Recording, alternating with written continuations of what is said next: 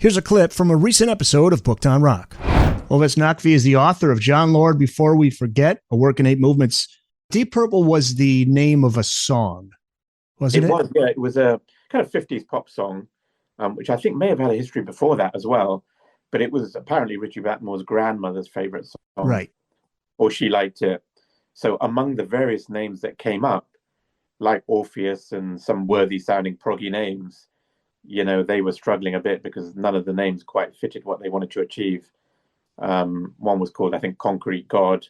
One is called Orpheus. And then Richie says, well, why don't we just call it Deep Purple? Because, you know, that sounds like an interesting enough name, and they adopted the name Deep Purple. Weren't they on a label that was run by Bill Cosby? Yeah, they lined up. What a bizarre story. Yeah. You know, when you think about it. Yeah, they eventually landed up on EMI in the UK, but obviously international rights. At the time, I guess EMI was probably less active in the US and much more of a European label.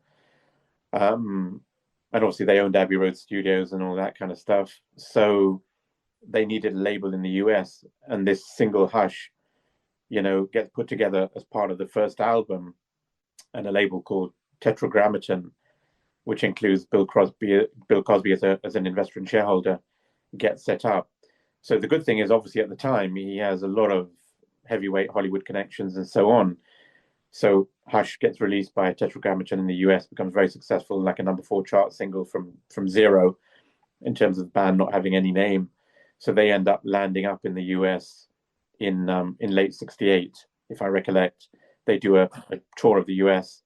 They do a tour also supporting Cream, and they land up in Hollywood, and they land up on, you know, Hugh Hefner's evening Playboy program, and they do a rendition of Hush.